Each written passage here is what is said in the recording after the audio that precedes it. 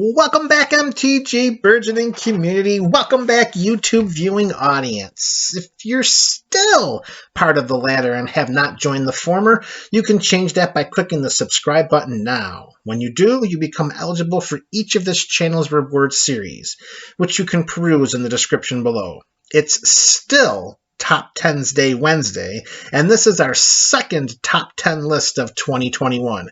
That's right, fans. 2 top 10 lists in one day. That's just how MTG Burgeoning rolls in 2021. In today's video, we complete our 2-part journey of MTG Burgeoning's top 20 favorite Magic things from 2020.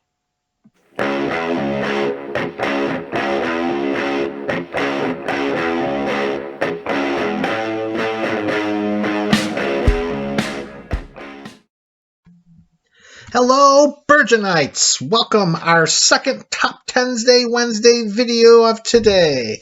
This is part 2 of MTG Burgeoning's top 20 favorite Magic things from 2020. Again, before we begin our top 10 list, we have an honorable mention. Companions is our second honorable mention of this 2-part series. The cycle of creatures with the companion mechanic from Ikoria Lair of Behemoths is very memorable.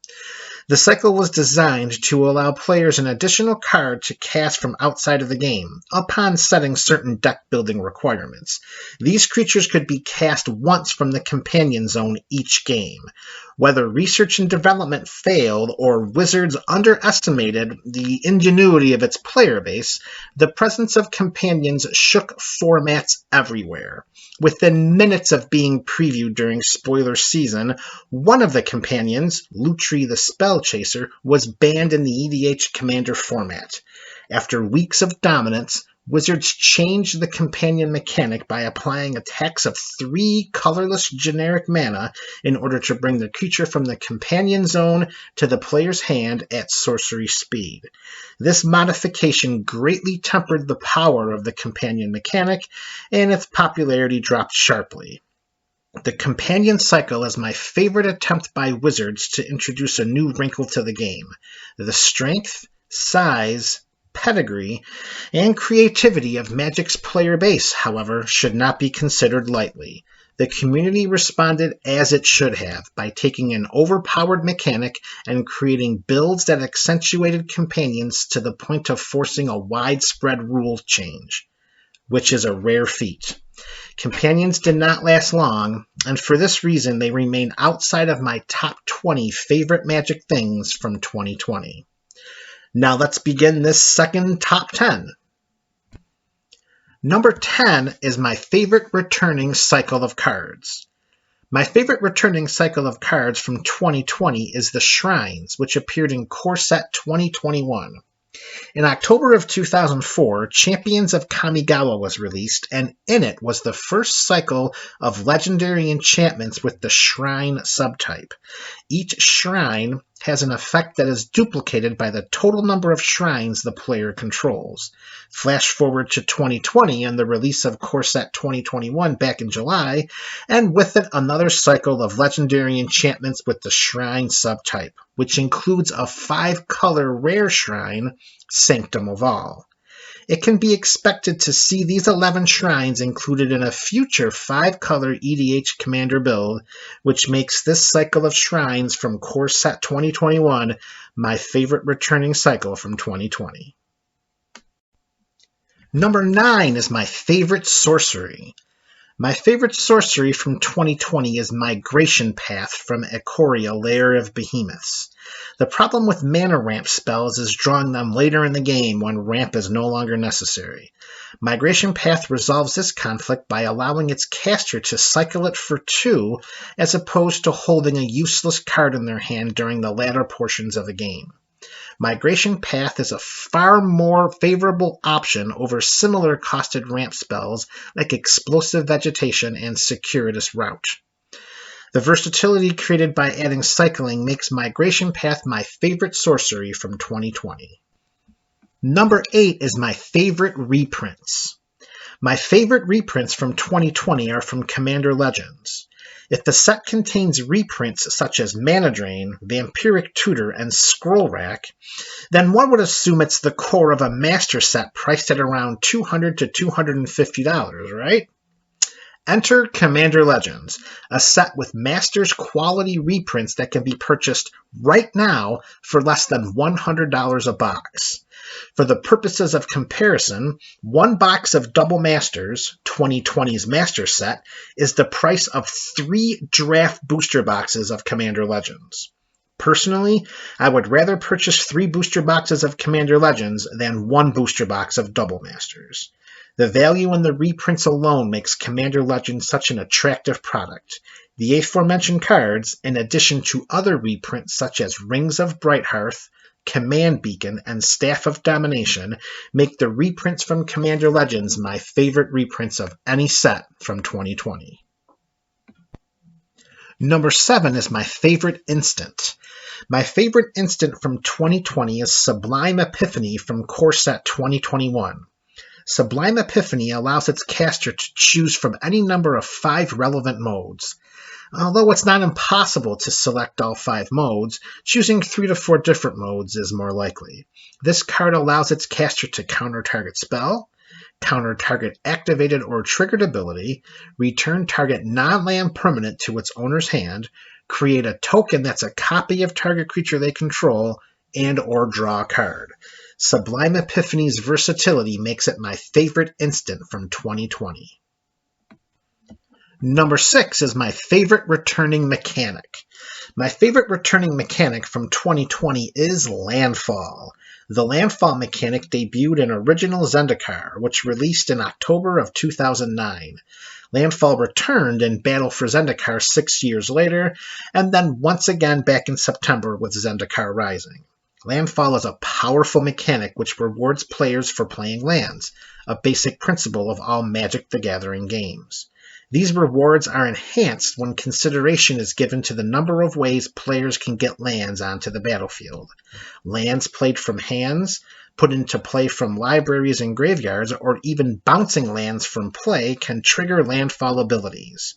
As the MTG Burgeoning community knows, we recently completed a Lands Matter EDH Commander deck featuring Lord Windgrace with a focus on the Landfall mechanic. Landfall is also a heavily featured mechanic in my Yarok the Desecrated EDH Commander deck. As Zendikar rose, so did the number of cards with this powerful mechanic, making Landfall my favorite returning mechanic from 2020. Number 5 is my favorite enchantment. My favorite enchantment from 2020 is Shark Typhoon from Ikoria, Lair of Behemoths. Along the lines of functionality similar to Metallurgic Summonings, Shark Typhoon expands the frequency of triggering its ability to create blue shark creature tokens with flying by including all non-creature spells and not just instant or sorcery spells. This includes artifacts, enchantments, and planeswalkers. At worst, Shark Typhoon can be cycled in order to draw a card and create an XX blue shark creature token with flying. I have a copy of Shark Typhoon in my Ramos Dragon Engine and Golos Tireless Pilgrim EDH Commander decks, with plans to include copies of it in other decks as well. I can no longer live in a world that doesn't have flying shark creature tokens. I just can't. Number 4 is my favorite new card type, Part 2. My other favorite new card type from 2020 is Etched Foils, which debuted when Commander Legends was released back in November. This new foiling process is remarkably different than the previous version.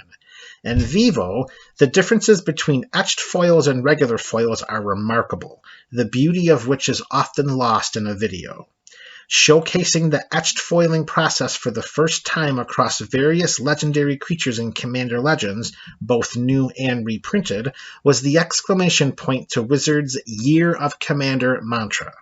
The sharpness of these cards and their worthiness for bling are reasons why etched foils are my other favorite new type of card from 2020. Number 3 is my favorite Planeswalker. My favorite Planeswalker from 2020 is Eugen the Spirit Dragon, who received his first meaningful reprint in Core Set 2021. Eugen debuted back in January of 2015 when Fate Reforged was released in the middle of the Tarkir block. All of Eugen's Planeswalker's abilities are relevant. Add 2 loyalty counters for a lightning bolt. Remove X loyalty counters in order to exile each permanent with converted mana cost X or less, that's 1 or more colors. Remove 10 loyalty counters to basically win the game. I have a copy of Eugen the Spirit Dragon in my Kozilek the Great Distortion EDH Commander deck. Eugen is one of the most powerful planeswalkers ever printed, and his reprint in Core 2021 was welcomed with arms wide open. Number 2 is my favorite completed card cycles. My favorite completed card cycles from 2020 were the Ultimatums and the Fanlands. The cycle of Ultimatums originally debuted in Shards of Alara, a set that released in October of 2008. The first half of this cycle featured color shards. When Ikoria Lair of Behemoths released, the cycle of Ultimatums was complete with the color wedges. Nearly 12 years elapsed before Wizards completed this cycle of mana-intensive sorceries. As EDH Commander is my preferred format, where big-costed spells reign supreme, I was ecstatic to have the missing Ultimatums finally added to the card catalog, making them one of my favorite Magic things from 2020. Fanlands originally debuted in Battlebond, which was released in June of 2018. As mentioned earlier, EDH Commander is my preferred format, and when a cycle of lands is created that somewhat mimics Magic's original dual lands, it garners attention. Enter Commander Legends. With the release of Magic's first ever official Commander draft set, the enemy-colored Fanlands completed the Fanland cycle, giving players 5 more pseudo-dual land options for deck construction. The completion of these 2 cycles of cards truly helped shape 2020 as the year of Commander. And number 1 is my favorite artifact and my favorite card overall. My favorite artifact and favorite card overall from 2020 is Lithiform Engine from Zendikar Rising. This artifact could conceivably slot into any deck. Whether your deck is centered around activated and or triggered abilities, slinging various instant and sorcery spells, or heavily featuring creatures, Lithiform Engine can help strengthen each of these types of decks. It's only a matter of time before this artifact begins to steadily rise in value and become an EDH staple. I have a copy of it in my Riku of Two Reflections EDH Commander deck, and plan to add copies to several other decks as well, including Kozilek the Great Distortion, Xenagos God of Revels, Golos Tireless Pilgrim, Yarok the Desecrated, and Ramos Dragon Engine. Its versatility and playability make Lithiform Engine my favorite card of 2020. And that's the way the news goes, Burgeonites. Which Magic things from 2020 made your list? What did I leave out? Let me know in the comment section below, and don't forget to hit that like button on your way out. This is MTG Burgeoning. Go forth, enjoy yourselves, and each other.